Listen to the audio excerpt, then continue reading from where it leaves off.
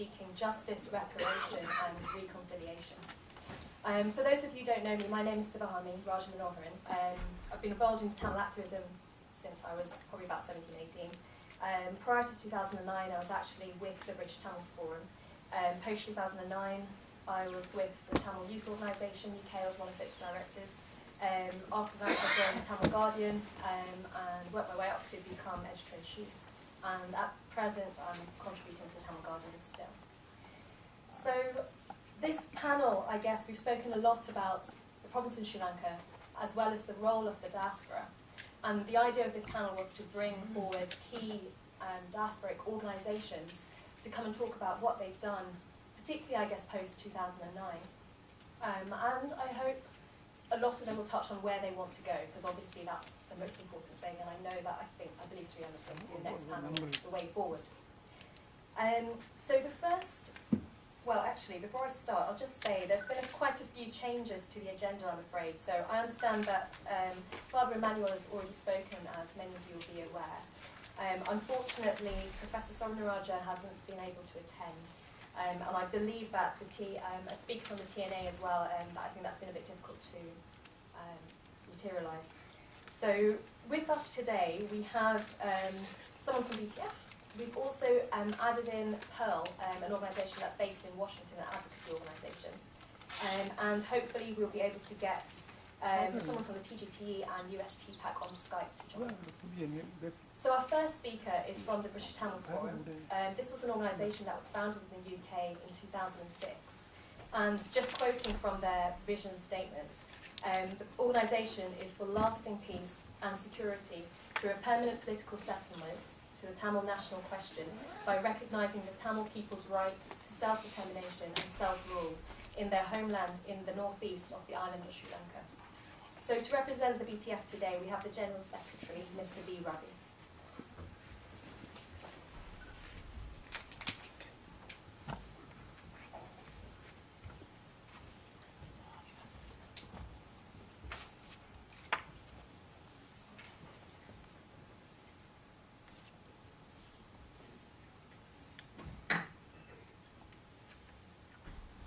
Welcome.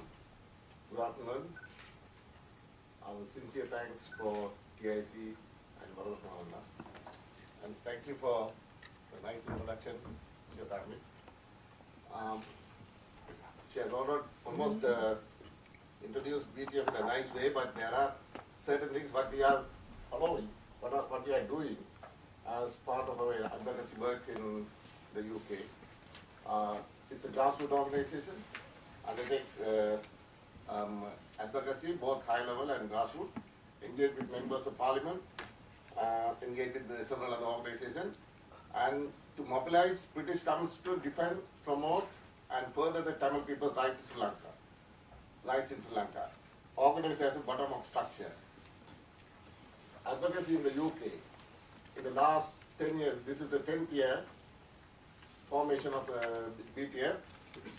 There are several things you might have heard in the past or through the media, or you are being part of the British Tamil Forum, some of which you already know, so I'm not going into details. We raise awareness, we provide information to the public, to the international community, political and human rights organizations, to influence in a positive way to achieve the Tamils' aspirations. We formed a all-party parliamentary group for Tamils, the first in the kind. Previously there are several all-party parliamentary groups, but this was the first time an all-party parliamentary group was formed for a particular ethnic community, ethnicity, all-party parliamentary group for Tamils. And presently there are 95 cross-party MPs. And also we were instrumental in forming party support groups like Tamils for Labour, British Tamil Conservative and Tamil Friends of Lib Dem. They work with the party to influence their hierarchy.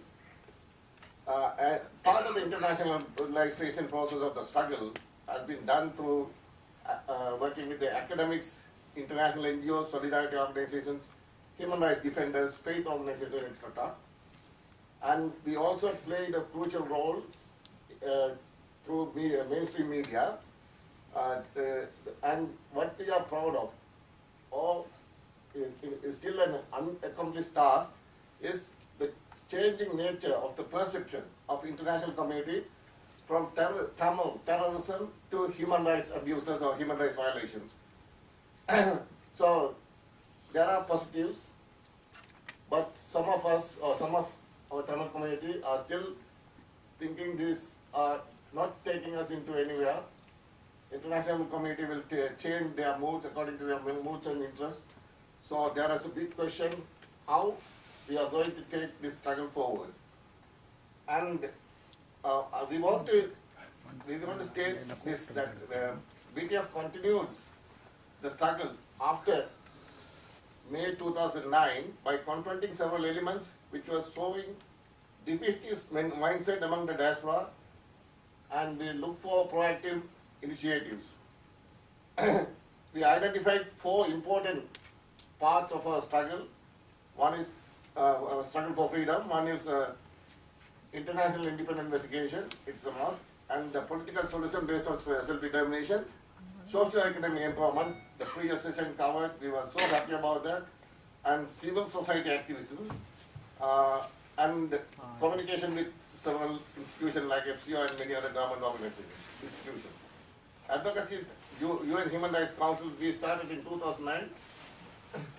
We want to thank for our pioneers like Kirba Anna, who is here, and several others are not here. Based on their role in the past, and we built upon some of the, and extended their process. We are still working with them in partnership.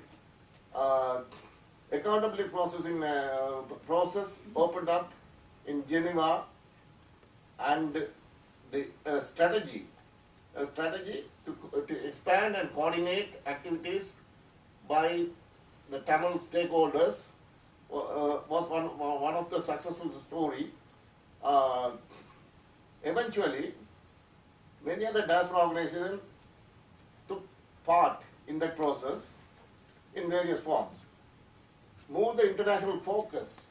By doing so, we moved the international focus towards Northeast Tamils in Sri Lanka, built a coalition with USTPAC, Canadian Tamil Congress, and several other organizations, and conducted advocacy consistently since 2009.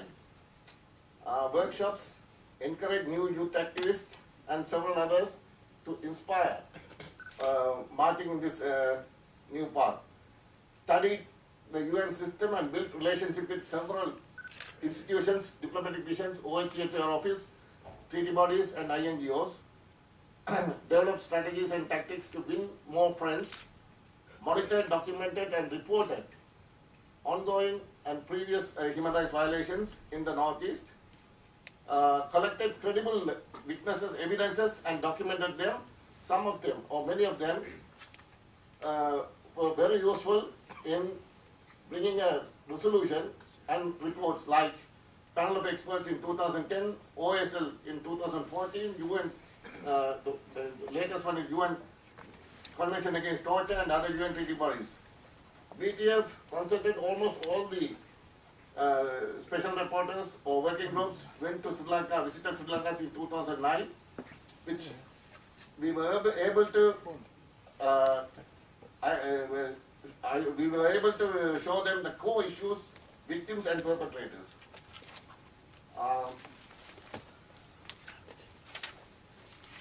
Successful outcomes of UN Human Rights Council.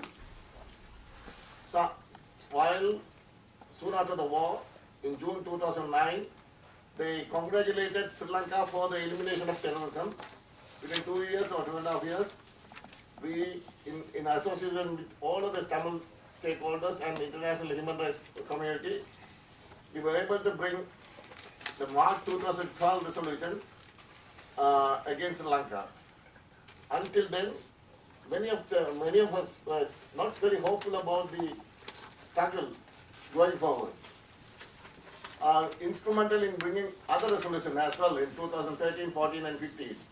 April 2011, UN panel expert report acknowledge the atrocities committed in the war, during the last phase of the war. August 2013, Dr. Navi Pillai's visit and the events unfolded later. March 2014, Council adopted a resolution for a comprehensive independent international investigation in Sri Lanka. September 2015, UN High Commissioner for Human Rights released a report, which is a damning report, OSL report, with 261 pages. Hope you all read it.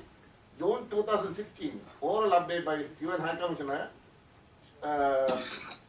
saying the lack of progress of the implementation of Resolution 31 and ongoing violations. Sri Lanka felt the futility of non-cooperation with the international community.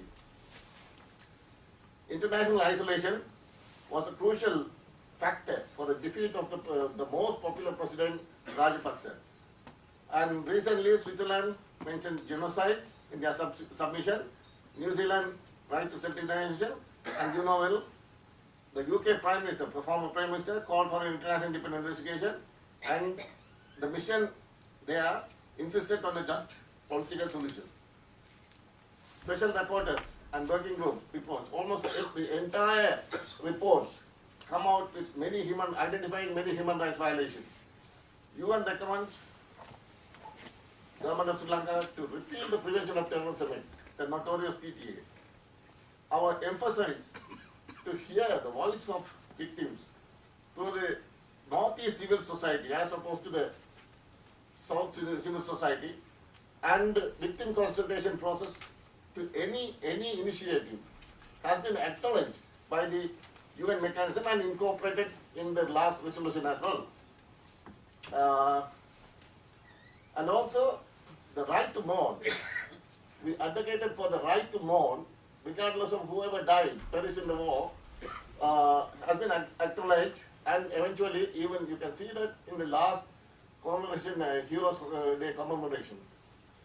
And also, our recent engagement with the treaty body to acknowledge the transitional justice, to embed the transitional justice process within the Sri Lankan new constitution, Sri Lankan constitution, has also been acknowledged, and he will send a formal request to Sri Lanka.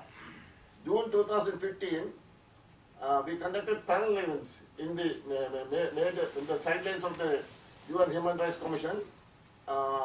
We conducted a parallel event to focus the white flag issue and enforce disappearance, which brought many people's attention.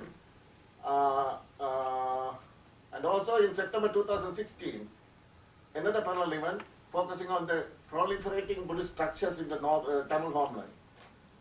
United Nations Convention Against Torture report released recently on the 8th of November, which is a damning report, and OSL report suggested for an independent investigative and prosecuting organ, defense office, etc., etc. But I just want to bring to your attention the government.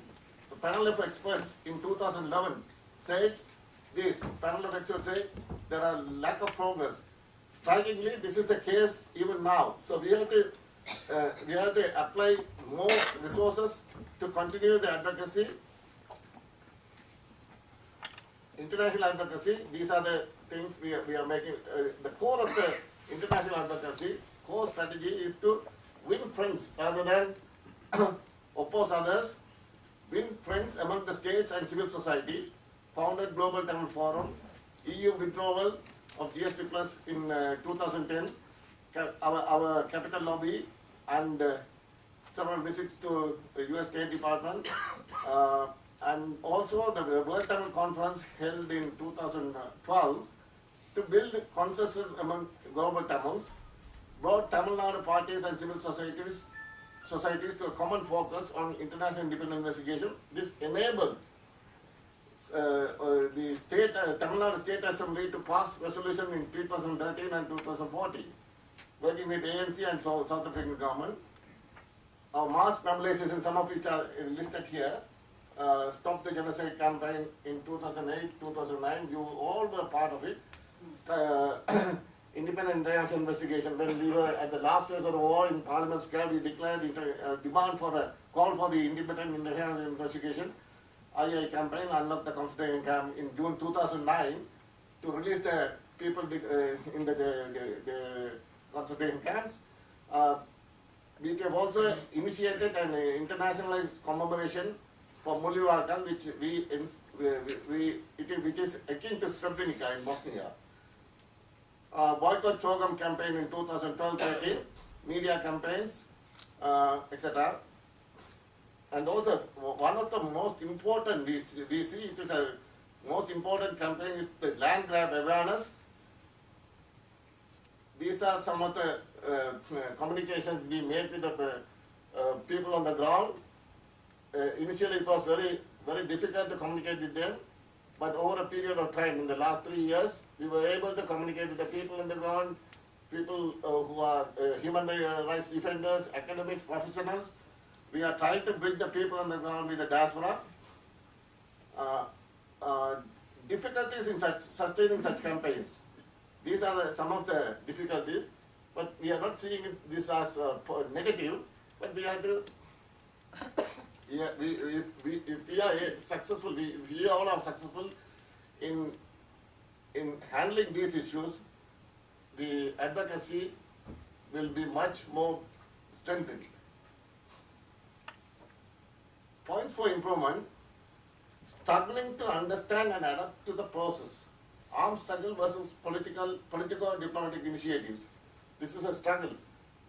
Then again, rebranding the struggle while preserving the core issues, choice of methodology, how to project ourselves, high expectations among us and expecting more quick wins rather than a solid one, divisive elements within the community, coordination and messaging, a common message, choosing priorities, what are the priorities for the time being and for the long run, evidence gathering, confidentiality issues, trust building among victim community, lack of documentation, even that was discussed partly in the previous session, empowering civil society and human rights defenders in the Northeast, lack of funds and human resources, bartering human rights issue for political solution. This is again the current case.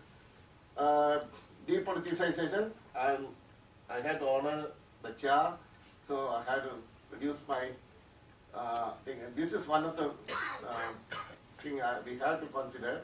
Considering the past experience of international isolation, new regime is playing a shrewd game. Consensus to acknowledge importance of advocacy and different ways of reaching out international community is important. Each Tamil diaspora organization need to influence their host country. Strong cross-party support, like all-party parliamentary group for Tamils in the UK, need to be developed in other countries where it is in a budding stage. Strengthen Northeast civil societies, coordination among all other diaspora groups, take this issue to influential non-political academics, etc.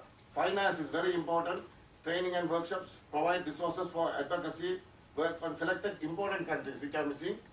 Where should the human rights organization activists should focus their actions? Consolidate the support of international community.